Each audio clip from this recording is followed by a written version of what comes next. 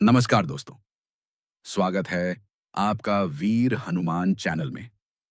एक ऐसा मंच जहां भक्ति है, शक्ति है और सनातन कथाओं का अद्भुत संसार है। जहां मिलती हैं आपको भक्ति, आस्था और दिव्यता से भरी कहानियां। तो चलिए शुरू करते हैं आज की कथा। यह कथा महाभारत काल की है, जब भगवान श्री कृष्ण के साथ पांडव वनवास के समय विभिन्न तीर्थ स्थलों की यात्रा कर रहे थे। अर्जुन उन पांडवों में से सबसे पराक्रमी और श्रेष्ठ धनुर्धर थे, लेकिन उनमें कहीं न कहीं गर्व की भावना उत्पन्न हो गई थी। उन्हें लगता था कि उनके समान कोई और योद्धा इस सृष्टि में नहीं है। यही अहंकार धीरे धीरे उनके मन में घर करने लगा। श्री कृष्ण, जो अंतर्यामी थे, अर्जुन के भीतर पनपते हुए इस अहंकार को पहचान चुके थे।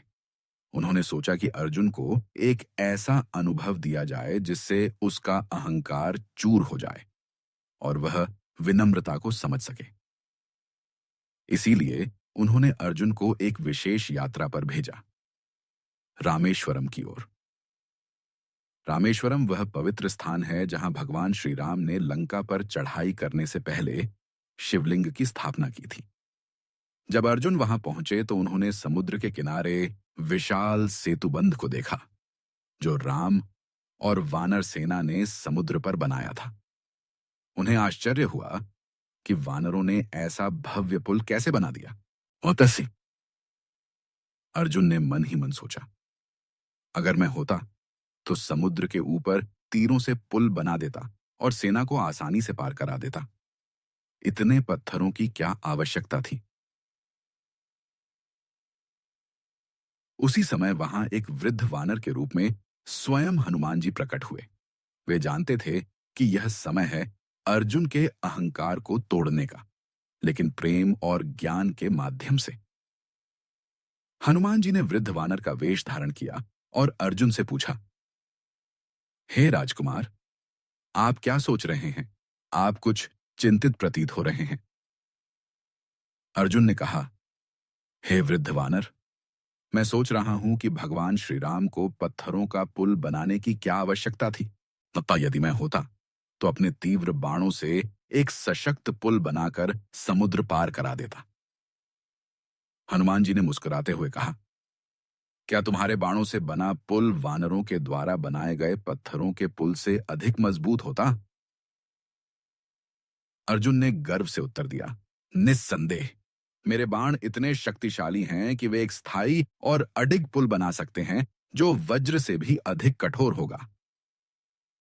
हनुमान जी ने अर्जुन को चुनौती देते हुए कहा, यदि तुम्हारे बाणों से बना पुल इतना ही मजबूत होता तो मैं स्वयं उस पर खड़ा हो जाऊंगा। यदि मेरा भार वह पुल सह ले तो मैं मान जाऊंगा कि तुम्हारा घमंड सही है। अफ! अर्जुन ने बिना समय गंवाए अपने बाणों से एक विशाल पुल तैयार कर दिया। बाणों का पुल देखने में अत्यंत सुंदर और सजीव लग रहा था। अर्जुन को पूर्ण विश्वास था कि यह पुल किसी भी भार को सहन कर सकता है। हनुमान जी ने उस पुल पर चढ़ना आरंभ किया। जैसे ही उन्होंने पहला कदम रखा, पुल डगमगाने लगा। दूसरे कदम में ही बाण टूटने लगे और पुल समुद्र में गिरने लगा। अर्जुन स्तब्ध रह गया। उसका चेहरा पीला पड़ गया। उसने तुरंत श्री कृष्ण को स्मरण किया और कहा, प्रभु, यह क्या हुआ? मेरे बाण इतने दुर्बल कैसे हो गए?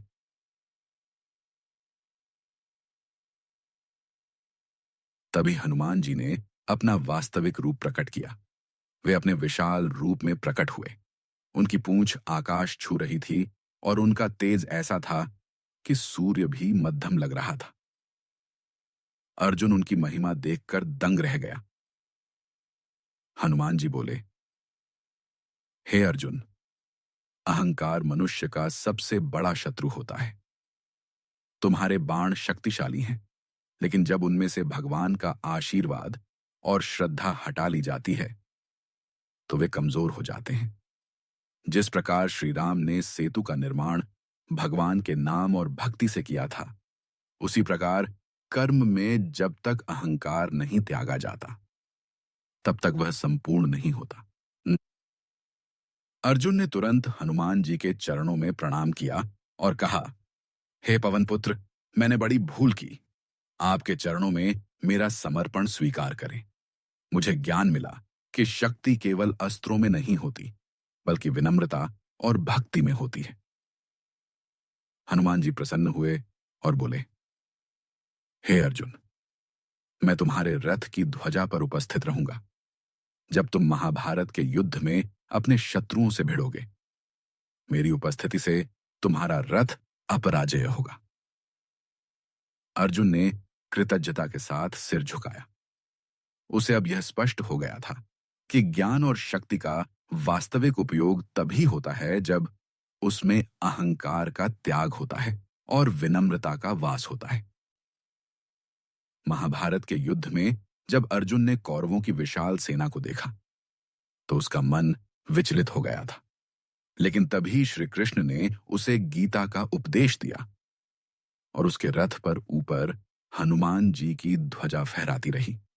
वह ध्वजा केवल प्रतीक नहीं थी, वह अर्जुन की भक्ति और हनुमान जी की कृपा का प्रत्यक्ष प्रमाण थी।